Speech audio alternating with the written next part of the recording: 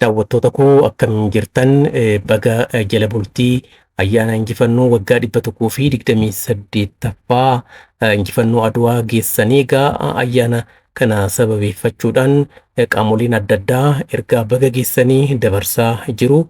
Mootummoonni naannolee Itoophiyaa baga geessan jechuun uummataaf dhaamsa dabarsaniiru. Pireezidaantiin mootummaa naannoo Oromiyaa obbo Shimallis Abdiisaatis haaluma wal fakkaatuun ergaa dabarsaniiru. Ergaa isaan dabarsaniin isin dhiyeessaa hanga xumuraatti akkan waliin turtanii hordoftaniifin kabajaan isin affeeree turtii gaarii.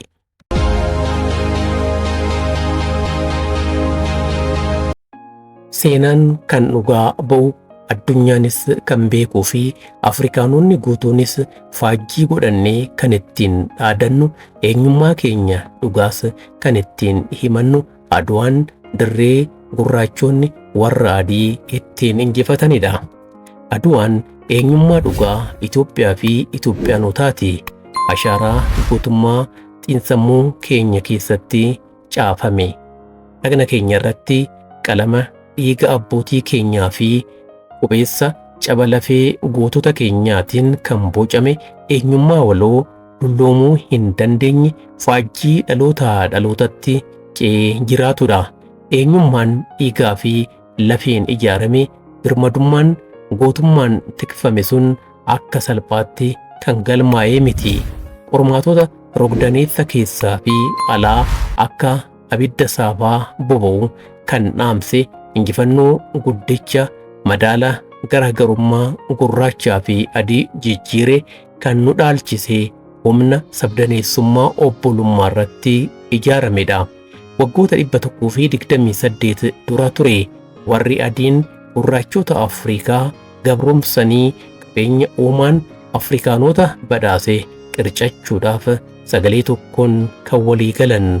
Waliigalteen warra lixaa Afrikaa gabroomsuu yaadaan caaseffamee fi waraqaa irratti qalamaan katabame gochatti wayitii jijjiiramu garuu dubbiin akka yaadan osoo hin taane faashistii Xaaliyaanii gabroomsaaf dhufe Itoophiyaanonni akka kanniisa gaagura keessaa dhangala'eetti itti timmisuun waaroo salphinaa itti uwwisanii ofirraa deebisan. Labsiin diina dura dhaabbachuu akkuma labsameen gootonni Itoophiyaa kaabaa hanga kibbaa bahaa hanga dhiyaatti garaagarummaa eenyummaa afaanii fi amantaa akkasumas komee sirna bulchiinsaa irraa qabaniin osoo hin daangeffamin wareegama qaalii kaffaluudhaaf kan manaa baase jaalalaa fi kabaja biyyaati. Faashistoonni meeshaa waraanaa jabanaa akka abidda waaqaa fi lafarraa roobuu hidhatanis onnee fi gootummaa Itoophiyaanotaa injifachuu hin dandeenye.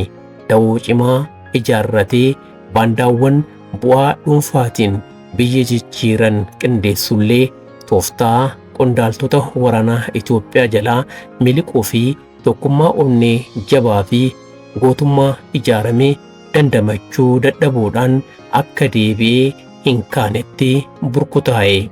Saboonni, sablammoonni fi uummattoonni Itoophiyaa gootota isaaniitiin qindeeffamanii eeboo fi gaachana hidhatanii fardaa fi lafoon hiriiruudhaan diina dura dhaabbatan. Gootota gaafa xiiqii kabajaa fi ulfina biyyaa ol qaban yeroo hundumaa Adwaa waliin yaadatamaa fi lalifamaa jiraatu. Oromummaanis ta'ee Itoophiyummaan gootummaa keenya yeroo hundaa jabina keenya ittiin dhaadannudha. Kabajamaa uummata Oromoo fi lammiileen Itoophiyaa biyya keessaa fi biyya alaa jiraattan hundumtuu baga guyyaa seena qabeessa injifannoo Adwaa waggaa 128ffaa nagaan geessan. Baga waliin geenye jechuun barbaada. Injifannoon Adwaa qaama seenaa taatee yeroo tokko ta'ee darbe qofaatti kan ilaalamu osoo hin taane sanaa olitti hiikoo guddaa kan nuuf qabudha. Seenaa waloo qabeenya dhaabbataa dhaallee dhaalchifnu hunda keenyaaf kan ijaare hariiroo obbolummaa keenya cimsee walitti hidhee fi tokkummaa biyyaalessummaa keenyatti kabajaa fi ulfina kan horedha. Yeroo Adwaan yaadatamu kan hunda dursa hubannu garaagarummaa tokkummaa jibbarra jaalalaa fi dhiigamurra ijaaramuun mo'ataa ta'uusaati. Oromoon Itoophiyaa ijaaree kabajaa fi ulfina itti horuudhaaf wareegama qaalii akkuma kaffale har'as gootummaa isaa kaleessaa itti finiinsuudhaan gootota Itoophiyaa biroo wajjin ta'ee adda durummaadhaan biyya hundaaf taatu hundarraa hundaaf ijaaraa jira. Har'a aggaammii keessaa fi alaa kamiyyuu qolachuu dandeenya.